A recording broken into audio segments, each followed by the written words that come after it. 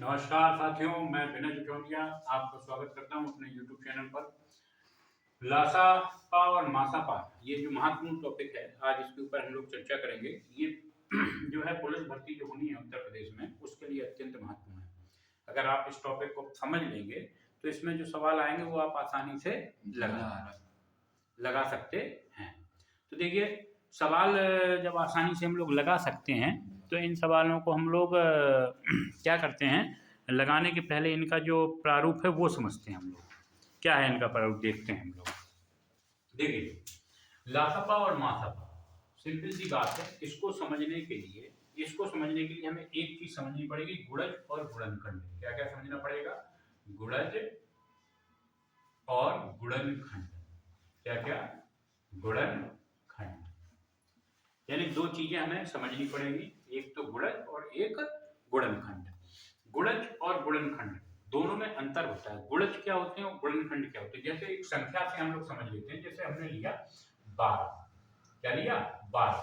अब 12 के गुणज क्या होंगे?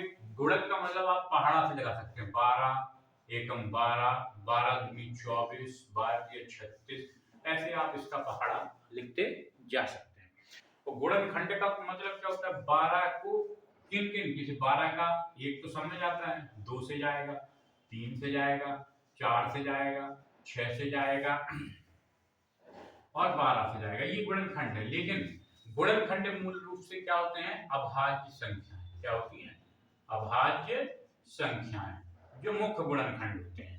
अब अभाज्य संख्याएं क्या क्या है? 1 है, 2 है, 3 है और बस, और 1 2 3, 12 के ये गुणनखंड। अब देखिए, इसमें ये भी है कि ये जो संख्या है कई बार डिवाइड होती है। जैसे 2 कितनी बार होगा? यहाँ 2 कम से कम 2 बार होगा, तभी ये आपके मूल गुणनखंड बनेंगे। यानी अभाज्य संख्याओं को तोड़कर हमने लिख दिया, ये इसके मूल गुणनखंड हो गए। लेकिन गुणनखंड अगर देखा जाए तो संख्या इतने भागों में इन अंकों से विभाजित होती है। तो संख्या के गुणनखंड क्या क्या होगा? ये हमें इन्हीं को पकड़ के चलना है, ठीक?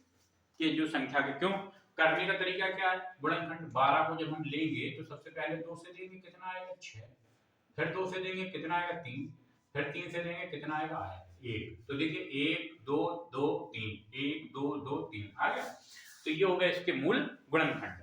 तो हमें एक चीज क्लियर समझ में आ गई कि गुणज क्या है और गुणनखंड क्या है। गुणज हम लोग कह सकते हैं कि पहाड़ों को हम लोग गुणज कहते हैं, और गुणनखंड गुणनखंड हम लोग कह सकते हैं कि जो संख्या के फैक्टर होते हैं, जिन्हें हम लोग तोड़ के मतलब संख्या को टुकड़ों में बांटते हैं, वो क्या कहलाते हैं? इसके गुणनखंड कहलाते हैं। अब देखिए, आगे इसको हम लोग समझते हैं कि इनको हम लोग कैसे समझ सकते हैं कि क्या मासा है क्या लासा है। तो देखिए, दो प्रकार के गुणनखंड होते हैं, एक उभयनिष्ठ। देखिए, दो प्रकार की बात, एक तो उभयनिष्ठ गुणज होता है। क्या होता है? उभयनिष्ठ गुणज। और एक होता है उभयनिष्ठ गुणनखंड। उभयनिष्ठ गुणनखंड, ये दो चीजें होती हैं, एक उभयनिष्ठ गुणज और एक उभयनिष्ठ गुणनखंड। तो इनके ऊपर हम लोग चर्चा करते हैं कि ये कैसे आपके प्रारंभ होते हैं। तो इन्हीं के ऊपर अब इनको हम समझने के लिए क्या करेंगे? सिंपल द फंडा। दो चीजें हैं, उभयनिष्ठ गुणज और उभयनिष्ठ गुणनखंड। उभयनिष्ठ गुणज से आपका निकल आएगा एलसीएम और उभयनिष्ठ गुणनखंड से निकल आएगा एचसीएफ। तो देखिए कैसे निकलेगा, समझते हैं। संख्याएं दो ले लेते हैं हम लोग, कोई भी दो संख्याएं ले लेते हैं। कौन कौन सी देखते हैं? दो संख्याएं कोई भी आप ले लो। तो हमने दो संख्याएं ले ली, एक ले ली 15 और एक ले ली 30। इन दोनों संख्याओं को हम लोगों ने ले लिया।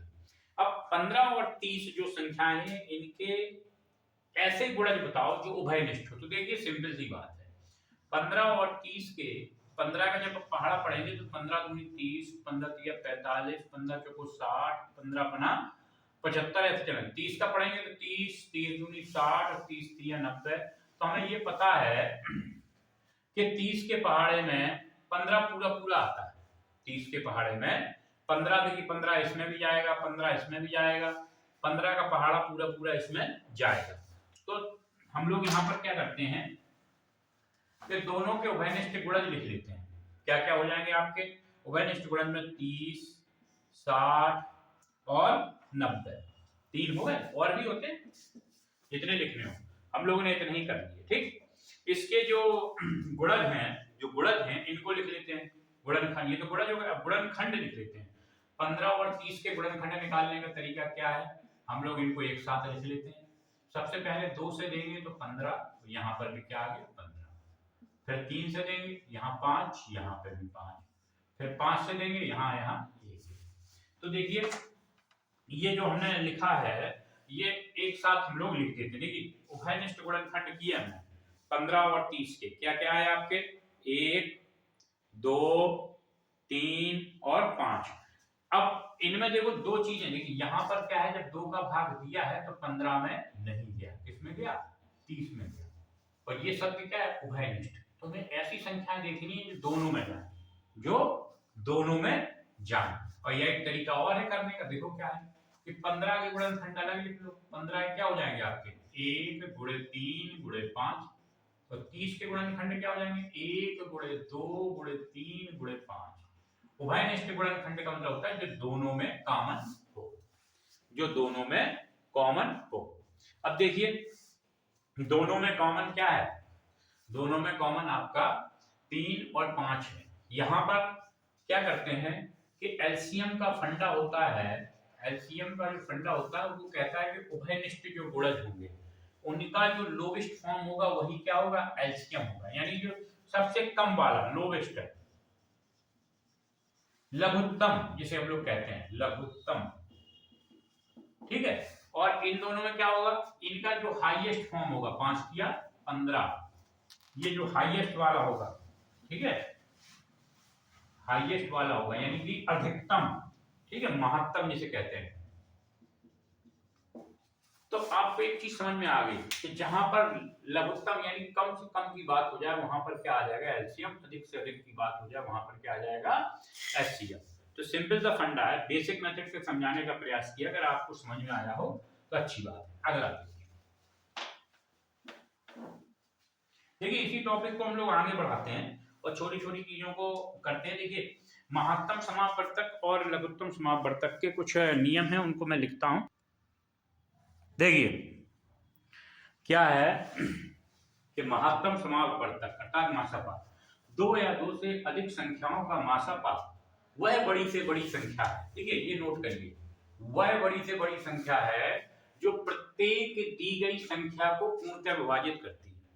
बड़ी से बड़ी संख्या जो प्रत्येक दी गई संख्या को पूर्णतः विभाजित करती है। इसको समझने के लिए वही दो संख्याएं ले लेते हैं 15 और 30, ये दो संख्याएं हम लोग क्या करते हैं वह बड़ी से बड़ी संख्या, तो हम लोगों ने इनका फैक्टर अभी निकाला था, फिर से निकाल लेते हैं। इसका ये हो गया और 30 का क्या हो गया, 30 का हो गया 1 गुणे 2 गुणे 3 गुणे 5, और दोनों में जो कॉमन फैक्टर हैं वो ये हैं, तो मासापा आ गया आपका कॉमन फैक्टर के हिसाब से 3 गुणे 5 अर्थात 15। ये क्या आ गया मासापा आ गया।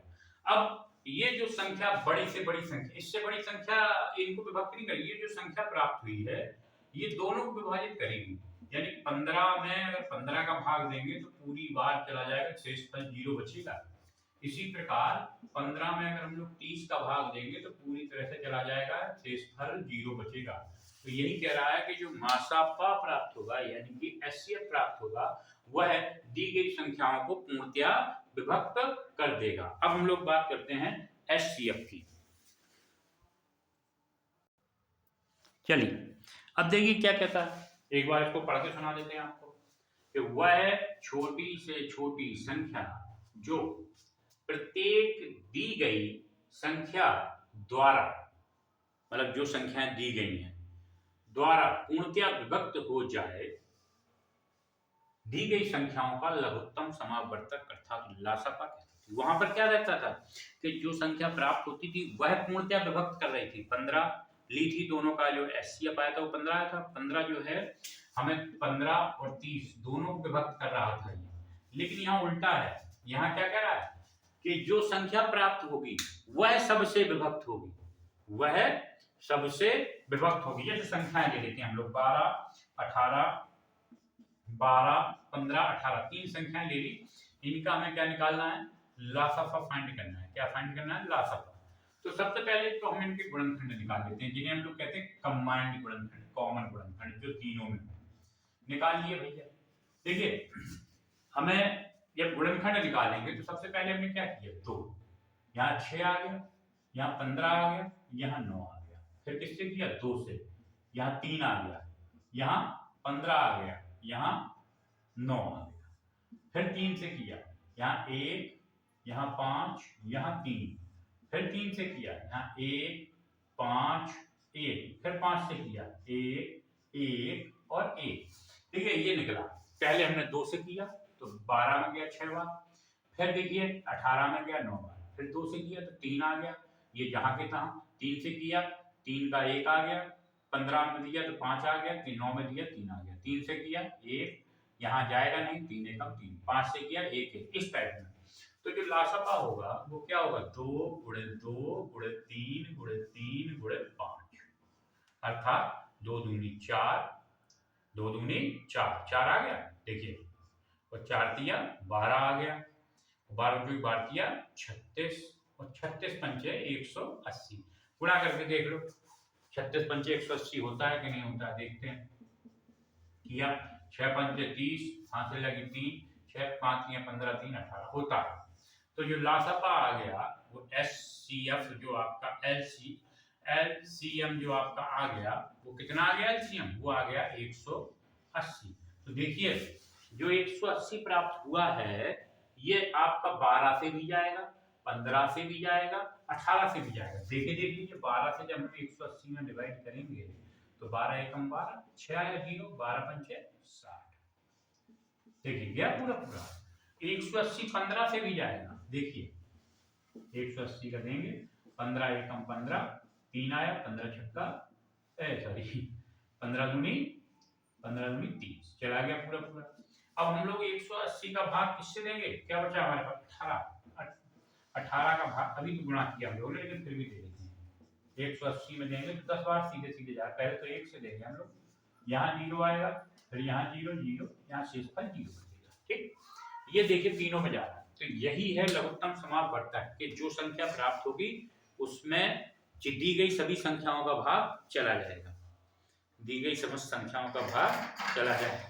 और जो आपका एचसीएफ था उसमें क्या था, प्राप्त संख्या जो होगी उस संख्या का दी गई संख्याओं का भाग चला जाएगा। अब आगे देखिए हम कुछ इसके रूल लिखते हैं, वो आप कर लीजिए, फिर आगे इस पर चर्चा करते हैं। देखिए जो सूत्र हैं, कुछ महत्वपूर्ण सूत्र जो मैं आपको यहाँ दिखाना चाहता हूँ वो इस प्रकार से हैं। देखिए क्या है सूत्र, देख लो जरा गौर से। सूत्र कहते हैं कि दो संख्याओं का गुणनफल बराबर लासपा इंटू मासपा। इससे कई सवाल आते हैं, इनको कह सकते हैं n1 into n2 LCM into HCF. इससे कई सवाल बनते हैं। भिन्नों का मासपा, देखिए अंश का मासपा बटे हर का लासपा, भिन्नों का लासपा, अंश का लासपा बटे हर का मासपा। देखिए जो निकालना हो, जैसे मासपा का तो अंश का मासपा निकाला, दूसरे हर का लासपा, लासपा का तो अंश का लासपा निकाला। अर्थात भिन्नों का ये नियम होता है, जो हमें निकालना हो वो अंश का निकालते हैं और दूसरे वाले का अपोजिट। तो ये था आज लासपा और मासपा का पहला पार्ट, लासपा और मासपा का पहला पार्ट। अब हम लोग कल इसके महत्वपूर्ण सवाल जो पुलिस भर्ती में आने की पूरी संभावना है उनको लेकर आएंगे। अगर आप इस पर जुड़े रहेंगे तो कल आपको लासपा और मासपा का पार्ट 2 मिलेगा, और ये गारंटी है कि उन सवालों के बाहर आपके पुलिस भर्ती में एक भी सवाल नहीं जाएगा। ये पुलिस, लेखपाल, रेलवे, इन सब के लिए बहुत महत्वपूर्ण सवाल है, टेट, सी टेट, क्योंकि इससे ज़्यादा इनमें जाता नहीं है, लेकिन यही जो है टॉपिक बहुत महत्वपूर्ण टॉपिक है। तो जय श्री राम, जय हिंद, जय भारत। आज का टॉपिक यहीं पर समाप्त